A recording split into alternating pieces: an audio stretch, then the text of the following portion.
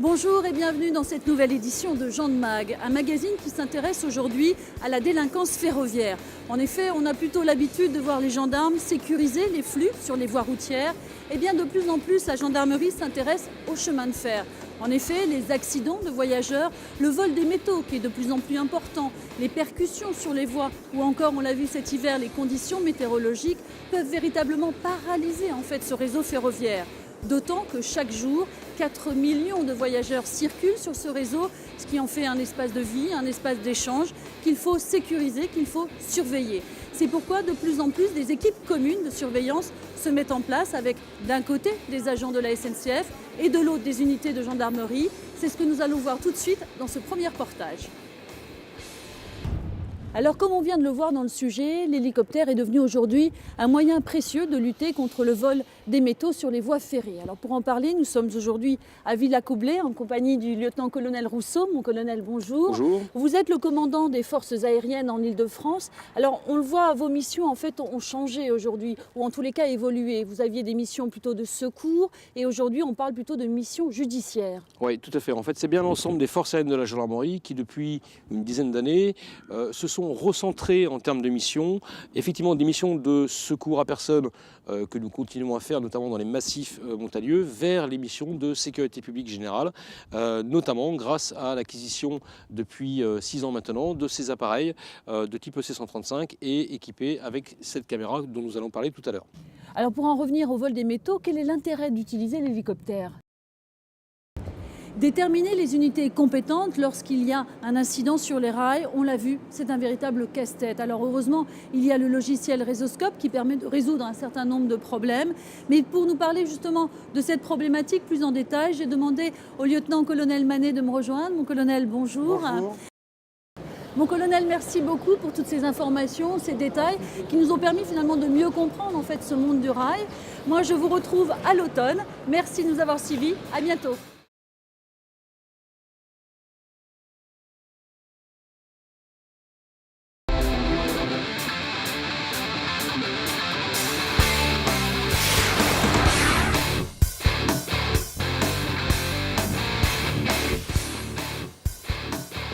Bonjour et bienvenue dans cette nouvelle édition de Gens de Mag, un magazine consacré aujourd'hui aux unités nautiques de la gendarmerie départementale. Une unité qui lutte contre toutes les formes de délinquance en milieu nautique. Elles sont composées de gendarmes départementaux extrêmement spécialisés. Ils sont répartis sur l'ensemble du territoire, mais surtout le long des côtes et en milieu navigable. Nous allons donc découvrir leur mission, leur organisation à travers ce premier reportage. Police technique subaquatique, contrôle de la batellerie, surveillance des activités nautiques, protection de l'environnement. On vient de le voir, le champ de compétences est très vaste. Alors pour acquérir toutes ces connaissances, les gendarmes des brigades fluviales et nautiques doivent suivre un parcours de formation très complet aux 4 coins de la France. Regardez. Bonjour, vous êtes le gendarme Marmet, vous êtes directeur de stage de la formation TIS. Alors justement, on vient de voir un reportage sur le travail, les conditions de travail en fait des TIS, et on parle d'une méthodologie très précise. Alors en quoi consiste cette méthodologie justement ? Dans un premier temps, on a une phase de recherche. Cette phase de recherche sera complétée d'une phase de balisage, une fois qu'on aura retrouvé l'objet ou le corps du délit, en l'occurrence. Et ensuite, on aura une phase de constatation. Bien souvent, il y aura une rotation. Les personnes qui font la recherche-balisage ne seront pas les mêmes qui feront les constatations. Les gendarmes des brigades fluviales et nautiques sont ponctuellement épaulés par les experts matières des offices centraux, mais aussi par le personnel du commandement de la gendarmerie des voies navigables, ce qu'on appelle le CGVN. Il est situé à Conflans-Sainte-Honorine. Son rôle est d'animer et de coordonner les missions de police judiciaire et administrative des unités nautiques. De création récente, il accompagne le développement exponentiel des activités du monde nautique, qu'elles soient professionnelles ou privées, tout cela dans un contexte d'internationalisation des échanges qui ne cessent de s'accroître.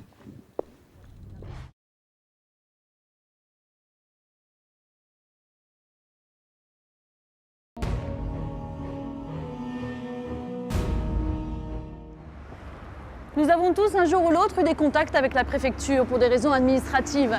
Derrière ces murs, des hommes, des femmes qui au quotidien travaillent pour les citoyens. À leur tête, il y a le préfet. Son rôle est important. Il est le représentant du gouvernement, en quelque sorte le patron des services de l'État dans son département. Il intervient dans de nombreux domaines, la sécurité, il intervient également dans la vie sociale, dans la vie économique.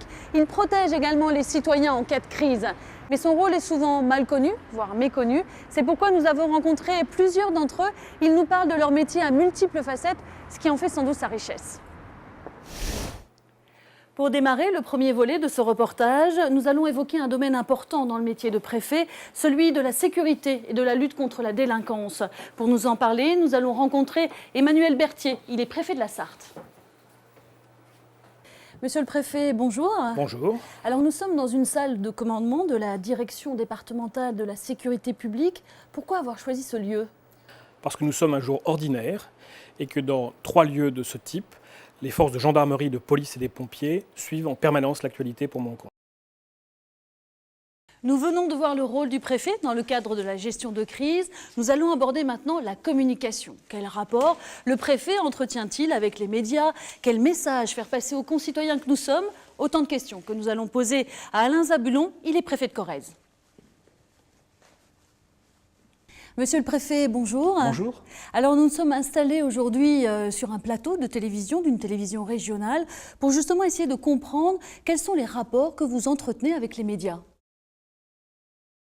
Après Calais, nous sommes maintenant place Beauvau, au cœur même du ministère de l'Intérieur. Et c'est là que nous allons rencontrer Henri-Michel Comet. Il est secrétaire général de ce ministère et c'est lui qui nous donne la conclusion de ce reportage.